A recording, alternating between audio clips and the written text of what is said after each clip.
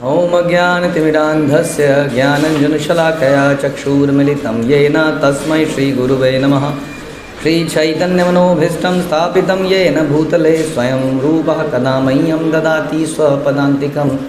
वन्देऽहं श्रीगुरौ श्रीयुतापदकमलं श्रीगुरुन् वैष्णवांश्च श्रीरूपं साग्रजातं सहगण रघुनाथान्वितं तं सजीवं साद्वैतं सावधूतं परिजनसहितं कृष्णचैतन्यदेवं श्रीराधाकृष्णपादान् सहगणललिता श्रीविशाखान्वितांश्च।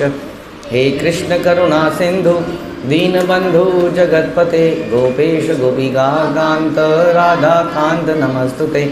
तप्तकाञ्चन गौराङ्गी राधे वृन्दावनेश्वरी वृषभानुसुते देवी प्रणमामि हरिप्रिये। वाञ्छाकल्पतरुभ्यश्च कृपा सिन्धुभ्य एव च पतितानां पावनेभ्यो वैष्णवेभ्यो नमो नमः। जय श्री कृष्ण चैतन्य प्रभु नित्यानंद श्री अद्वैत गदाधर शिवासादि गौर भक्तवृंद। हरे कृष्णा कृष्णा कृष्णा हरे हरे, हरे राम राम राम हरे हरे। नमो विष्णुपादाय कृष्णप्रेष्ठाय भूतले श्रीमते भक्तिवेदांत स्वामिन्निति नामिने।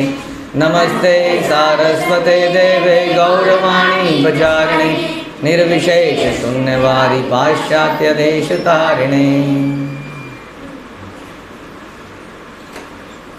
हरे कृष्णा। भगवद गीता अध्याय 9 द मोस्ट कॉन्फिडेंशियल नॉलेज, श्लोक संख्या 4। मया तदमिदं सर्वं जगत् अव्यक्तमूर्तिना मत्स्थानि सर्वभूतानि न चाहं तेषु अवस्थिता। यह संपूर्ण जगत मेरे अव्यक्त रूप द्वारा व्याप्त है। समस्त जीव मुझ में हैं किंतु मैं उनमें नहीं हूँ। तो ये संपूर्ण जगत मेरे अव्यक्त रूप द्वारा व्याप्त है। अव्यक्त किसको कहते हैं? व्हाट इज अव्यक्त? हाँ, जो दिखता ना हो, है ना, विजिबल ना हो, अव्यक्त है। व्यक्त नहीं है, अव्यक्त है। तो एक तो होता है व्यक्त जो, और एक होता है अव्यक्त। तो कुछ चीज़ें जो अव्यक्त हैं वो क्या है? वो एग्जाम्पल है आपके सामने। अव्यक्त, हाँ, हवा अव्यक्त है, ओके। और एक तरह से हवा हर जगह व्याप्त भी है और अव्यक्त भी है। हर जगह व्याप्त है कि नहीं हवा? नहीं तो मर जाएंगे हम लोग। सब जगह, किसी गुफा में भी घुसते हैं वहाँ भी है। तो ये उसी तरह संपूर्ण जगत मेरे अव्यक्त रूप द्वारा व्याप्त है। भगवान का अव्यक्त रूप क्या हुआ? यानी इसमें लिखा मेरा अव्यक्त रूप। इसका मतलब भगवान का एक व्यक्त रूप भी है ना। भगवान का व्यक्त रूप कौन सा है? कृष्ण राम नरसिंह, जिसके दर्शन हम कर सकते हैं, वो व्यक्त रूप है। और भगवान का अव्यक्त रूप कौन सा है? परमात्मा और ब्रह्म। तो परमात्मा रूप में भगवान सबके हृदय में है और ब्रह्म रूप में हर कण के अंदर भी है, हर एटम के अंदर है। पत्थर के एटम में है भगवान। सोच के बोलना, सोच के पत्थर के में भी है।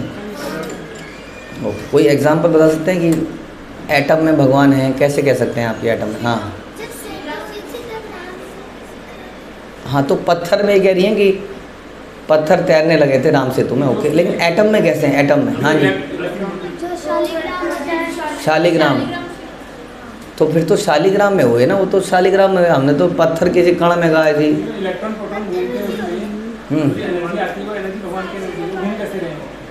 इलेक्ट्रॉन प्रोटॉन घूमते हैं क्या? इलेक्ट्रॉन घूमते हैं ना। तो साइंस के कुछ हैं स्टूडेंट यहाँ?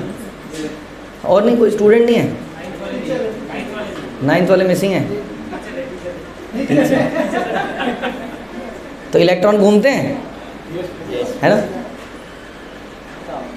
वो देखा वो परमाणु का एक साइन इस तरह से कुछ देखा है? ऐसा कुछ बना होता है ना इस तरह से, दैट इज द मूवमेंट। तो ये कहते हैं, ये साइंटिस्ट ने खोज के निकाला कि इस प्रकार इलेक्ट्रॉन मूव करते हैं। तो एक क्वेश्चन आता है कि मूवमेंट होती है तो हमें मोटर बनानी पड़ती है। पंखा चलाते हैं, पंखे की मूवमेंट होती है तो एक मोटर लगी है, स्विच लगा है तो करंट से घूमता है।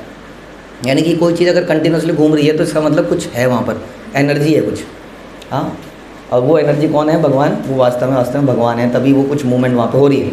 इस प्रकार से वो अव्यक्त हैं। पत्थर के अंदर किसी के अंदर दिखते हैं हमको ब्रह्म रूप में, परमात्मा रूप का तो फिर भी दर्शन किया जा सकता है। योगी परमात्मा को हृदय में देखते हैं, लेकिन ब्रह्म का दर्शन नहीं किया जाता। इस पर कण कण में व्याप्त हैं वो, यानी कि वो उनकी शक्ति के रूप में कण कण में व्याप्त है। समझ में आ गया? जैसे कि प्रभुपाद किसका एग्जाम्पल देते हैं? सूर्य की रोशनी का। सूर्य की रोशनी व्याप्त है। तो सूर्य की रोशनी को ऐसे नहीं कह सकते ये सूर्य की रोशनी मैंने पकड़ ली, वो फैली हुई है। रोशनी है तो है, हाँ, और सूर्य भी है। तो इस प्रकार से ये अव्यक्त रूप में भगवान हर जगह व्याप्त हैं। संपूर्ण जगत मेरे अव्यक्त रूप द्वारा व्याप्त है। और ये कौन बोल रहा है? ये कृष्ण बोल रहे हैं। यानी कि जो ब्रह्म है, हाँ, ब्रह्मणो ही प्रतिष्ठा। क्या मतलब हो गया? कि ये जो ब्रह्म है मुझ पर आधारित है। ये जो आप देख रहे हैं अव्यक्त रूप, ये जो शक्ति देख रहे हैं, इसका सोर्स कौन है? इसका सोर्स मैं हूँ। तो यहाँ पर बोल रहे हैं मेरे अव्यक्त रूप द्वारा व्याप्त है, और संपूर्ण जीव मुझ में है, किंतु मैं मुझे उनमें नहीं हूँ। इस प्रकार से मैं क्योंकि हर जगह व्याप्त हूँ, सब जगह सारे जीव मेरे अंदर ही हैं, लेकिन मैं उनमें नहीं हूँ। श्रील प्रभुपाद बता रहे हैं कि जैसे गवर्नमेंट है, हाँ, गवर्नमेंट का कोई प्राइम मिनिस्टर है, वो सारे के सारे कैबिनेट मिनिस्टर, सारे के सारे इंडिया के लोग उसके अंडर में है कि नहीं? उसके अनुसार चलना पड़ेगा उनको, ठीक है जी। हर ऑफिस में उसकी चलेगी। तो इसका मतलब सारे के सारे लोग, सारे जीव उनके अंडर में हैं या उसमें हैं, जैसा इसमें है ना। लेकिन क्या प्रधानमंत्री इस वक्त केरला के ऑफिस में है, अरुणाचल प्रदेश के ऑफिस में है? नहीं है। वो एक जगह पर स्थित हैं, लेकिन अपनी शक्ति से वो हर जगह व्याप्त भी हैं। लेकिन क्या वो हर ऑफिस में विद्यमान है इस वक्त? नहीं है। अव्यक्त रूप में है, व्यक्त रूप में नहीं है। उसी तरह से ये सरकार भी या प्राइम मिनिस्टर भी अव्यक्त रूप में हर जगह व्याप्त हैं, लेकिन प्राइम मिनिस्टर का जो एरिया है, अथॉरिटी है, जुरिस्डिक्शन है, वो इंडिया के अंदर ही चलता है। इंडिया के बाहर वो अव्यक्त रूप में भी नहीं। तो कोई ऐसा व्यक्ति नहीं है जो अव्यक्त रूप में सारे संसार में व्याप्त हो। किसी लिमिटेड एरिया में हैं। जैसे आपके जो घर वाले हैं, आप लोग माता या पिता है, वो चाहे ऑफिस में रहें, लेकिन अव्यक्त रूप में अपने घर में भी हैं। फ़ोन करके हड़का देते हैं, ऐसा क्यों किया आपने? हाँ, ये मैंने मना किया था ना करने को। या बच्चे को डांट देते हैं कई बार दूर से भी। तो यानी कि अव्यक्त रूप में उनके घर में चलती है, उनकी शक्ति घर में चलती है, लेकिन लिमिटेड है। किसी दूसरे के बच्चे को किसी डांट सकते हैं? वो नहीं डांट सकता। हाँ, समझ में आया? लेकिन कृष्ण की अव्यक्त शक्ति कहाँ फैलती है? संपूर्ण जगत में। इसलिए कहना संपूर्ण जगत मेरे अव्यक्त रूप द्वारा है। तो कृष्ण में और हम में ये अंतर हो गया। क्योंकि हम जीवात्मा हैं, तो हम भी कुछ हद तक अव्यक्त रूप में कई जगह पर विद्यमान हैं। कई जगह हमारा नाम चलता है, बोलते हैं ना मेरा नाम ले देना वहाँ पे, बस हाँ वो काम हो जाएगा, मेरी बात करा देना वहाँ जाके। तो उन सब जगहों में आप ना होते हुए भी आपका नाम चल जाता है। इसका मतलब आप वहाँ पर कैसे हैं? अव्यक्त रूप में हैं। लेकिन कई बार वो कह देता है कौन मिस्टर सुरेश, क्या यहाँ नहीं चलती किसी की। कई बार हम ऐसे ही बोल देते हैं मेरा नाम ले देना, और वहाँ जाके बेइज्जती हो जाती है, चलता ही नहीं नाम। हाँ, तो हमारा नाम इस प्रकार से है, कहीं चल सकता है। हमारे कुछ भक्त अपना कार्ड दिखाते हैं कई बार, उसमें क्या कहते हैं उसको, टोल टैक्स में। हाँ, कह रहा है चल जाएगा, सब चल जाएगा। तो कई जगह चल जाता है, कई जगह वो कहते हैं क्या है ये नहीं चलता यहाँ पर। तो बड़ी बेइज्जती में सी महसूस होती है। फिर पैसे निकाल के चले भैया ले, पैसे ले ले। तो हमारा जो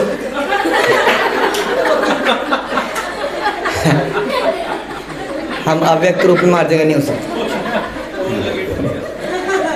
तो हम लोग जो है अव्यक्त रूप में हर जगह नहीं हो सकते, और हमारी शक्ति बहुत लिमिटेड है। लेकिन भगवान का सिक्का हर जगह चलता है, अव्यक्त रूप में हर जगह पर चलता है। हाँ, अव्यक्त रूप में पानी के नीचे कई सैकड़ों फीट नीचे भी भगवान के जीव ही है। बाकी से छोड़ दो, मछलियाँ अजीब अजीब से कीड़े, वही भगवान को रिप्रेजेंट कर रहे हैं। वहाँ तो परमात्मा रूप में भी हैं।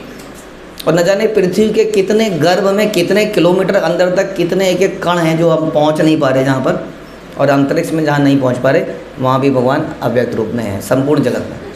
और सब जीव मुझ में, समझ में आ गया कैसे सब जीव, हम सब उनके अव्यक्त, क्योंकि जब वो अव्यक्त रूप से सब जगह फैले हुए हैं तो हम उनके अंदर हो गए ना। लेकिन वो उनमें नहीं है। इसका मतलब आप ये नहीं कह सकते कि वो हर जगह ही हैं, वो हर जगह नहीं भी हैं। ये भी समझना पड़ेगा आपको, क्योंकि उनका इसका कारण क्या है कि वो हर जगह नहीं है।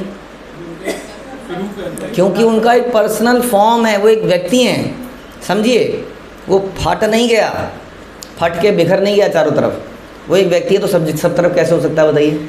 फिर आप कहेंगे तो अजीब सी बात हो गई, आप कहते हैं भगवान, अभी हम भगवान को पुकारेंगे, भगवान यहाँ आ जाएंगे, तो इसका मतलब यहाँ है नहीं, तो आ कैसे जाएंगे?